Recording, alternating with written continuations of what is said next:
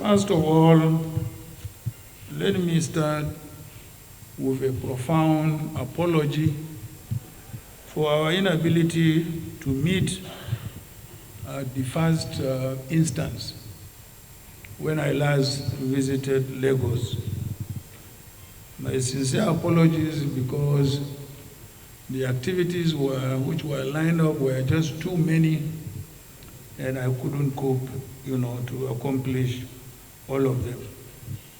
I hope you do forgive our inability to meet at the first instance. It's not that because you are less important than the other people I have met, but simply because we wanted to give you more time.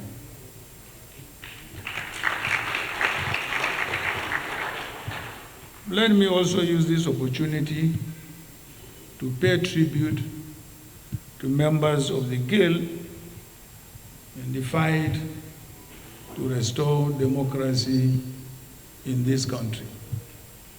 Many of you have sacrificed your lives, your careers to come this far.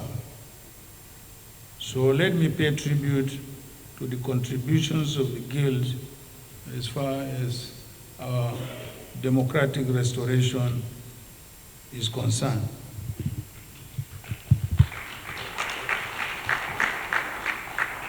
Having said that,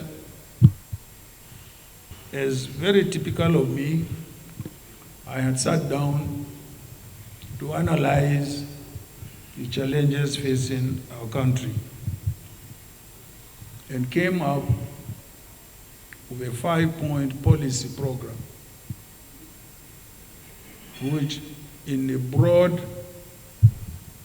caption,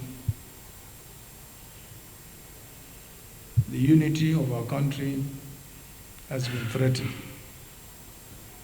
So I said, number one, we need to restore the unity of our country and give each and every part of this country a sense of belonging in our federation. From unity, I moved to the issue of insecurity. We need to secure our country first. There is no geopolitical zone in this country that has no security or insecurity challenge. Every zone in this country, there is no exception.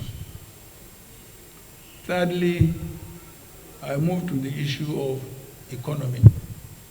It's only when you have a country, a united country, when you have peace, and then you begin to think about the economy. And the economy is such a very vast area.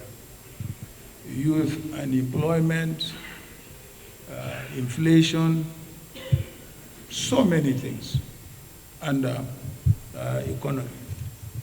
And then, of course, I moved to the issue of restructuring.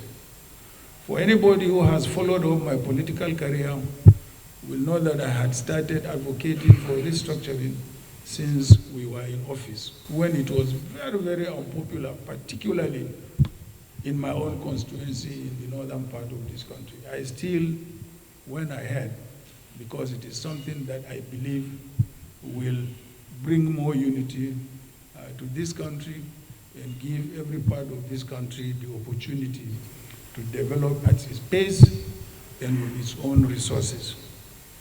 And then, of course, I moved on to the issue of education, which is too dear to my mind because of my belief in education is so important in all our human endeavor. All these things we are talking about, we will not be able to achieve them without education. So basically, education, in fact, should be number one. And all of us would not have been in this hall if we were not educated, would we? So you can see the imperative of education in our lifetime. So after I came up with these 5 broad policy options, I then looked around and said, okay, let me see if I can assemble a team of experts on one of each of these thematic subjects. And then I constituted what I call a policy group and said, okay, you can go into details. How do we achieve our objectives? I had a number of sessions with the policy team, as I normally want to do. I want to speak up my mind. I want to tell them what I'm looking forward to, and so on and so forth. And because they are experts, they will be able to advise me and tell me this is doable, this is not doable, and so on and so forth. And eventually we came up with a document which is titled My Covenant with Nigerians.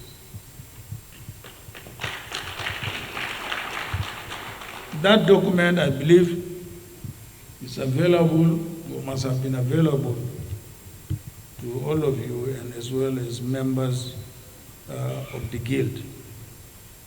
If it is not, I have the head of my media team here, Paul Ibe. He can give you as many copies as you may need.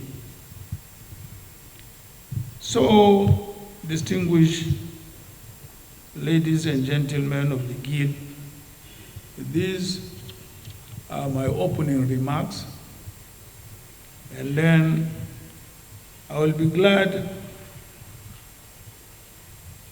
to take a few questions, because I am told this is not an interview per se, in bracket, but rather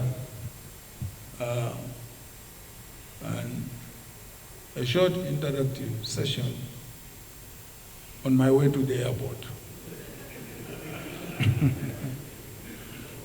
So I hope we can do justice to our meeting this morning. I really thank you very, very much indeed for finding time to come.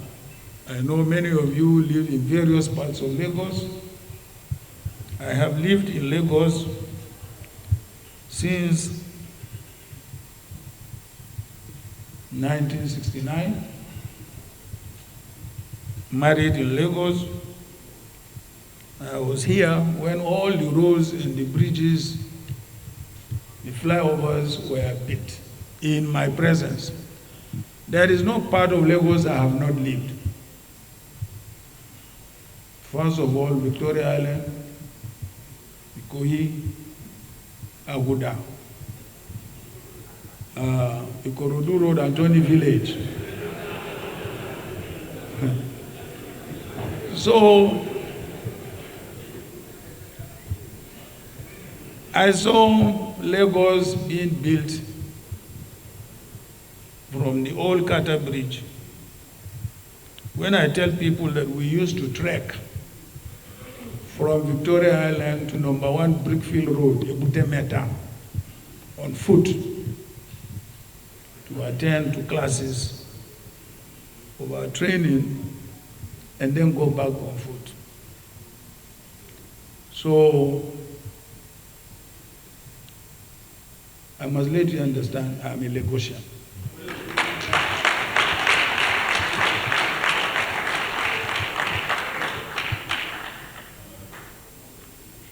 I spent the greater part of my career in the South. So I know the South perhaps as much as I know the North.